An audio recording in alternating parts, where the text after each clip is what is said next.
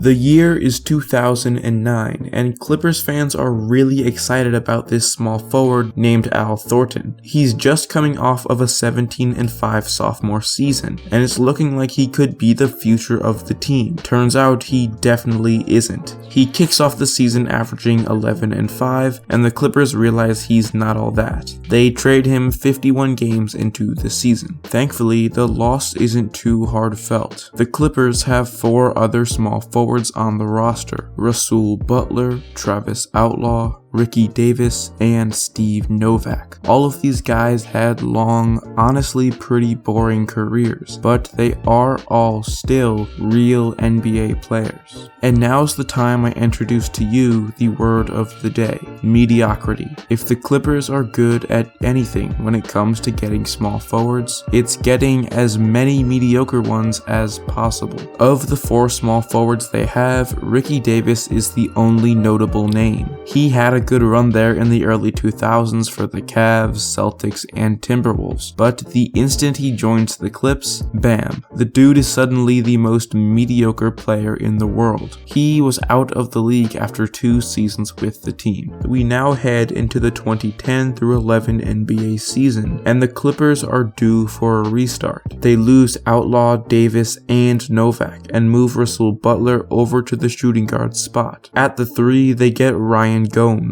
who averages 7 points on the season, and draft Al-Farouq Aminu 8th overall in hopes that he'll be their star small forward for the future. He's not, and will be traded away in just 1 season. They also trade for Jamario Moon, start him to finish off the season in a sheer act of desperation, but his 3.5 points per game aren't going to cut it. Year 3 into this story is the 3rd consecutive year in which the Clippers embark on another full-on rebuild. Al-Farouq Aminu is involved in a package for Chris Paul, which ends up being pretty nice for the team, but they still have a massive hole at the 3. Gomes falls out of the rotation and will retire 1 year later. In response to all of the losses at the small forward spot, they sign 2 washed-up former notable players in Caron Butler and Bobby Simmons. Butler is a former All-Star, and Simmons got the Most Improved Player award in 2005. Unfortunately for them, the year is now 2012, and both are washed up and well past their primes. This year kicks off a trend of getting big names that are old and suck for LA, and trust me, things are going to get very ugly as we continue down this path.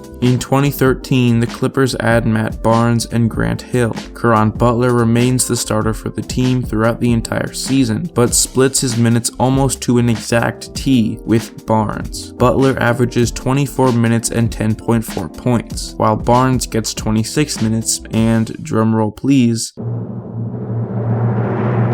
10.3 points. 2014 was the first year I took a look at the Clippers small forward rotation and was legitimately speechless. To compensate for the retirement of a 40-year-old Grant Hill, they bring in Hedo Turkoglu, Steven Jackson, Jared Dudley, and Danny Granger. With them and Matt Barnes on the team, their 5-man small forward rotation has a combined career resume of 66 seasons played, 4,262 games played, 114,583 minutes played, 48,069 points scored, and 5,367 threes made. Now you'd think if you combine all of these guys together, you'd get a good player. Unfortunately, yet again, they're all astronomically old. A rookie Reggie Bullock was also on the team at the time as well, and he too was pretty brutally mediocre. That means that they have 6 legitimate NBA small forwards, none of which are that good, all of which but one are old. They lose Danny Granger for the 2015 season, and as if they needed to replace him with Dante Jones and Jordan Hamilton. Matt Barnes takes up most of the minutes at the small forward spot, and he's really not cutting it. Remember, this is a contending team whose 2 best players are very injury prone. Having some reliable depth on the team would be pretty nice. Unfortunately, they just can't find it, especially at the small forward spot.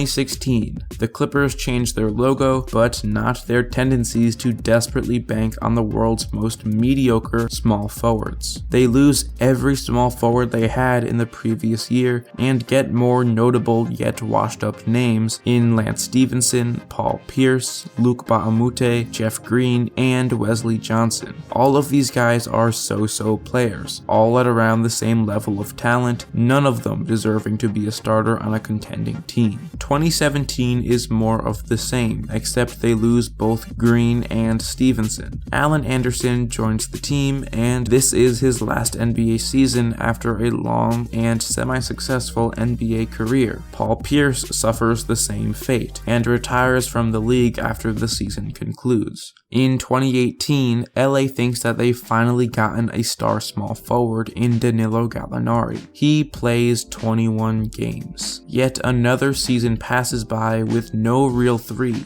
and they are left with Wesley Johnson being their only real small forward. With the conclusion of the 2018 season, we now mark off a full decade since Al Thornton had his 17-5 season. So we've gone 10 years without a small forward that can't be described as better than mediocre. Yikes.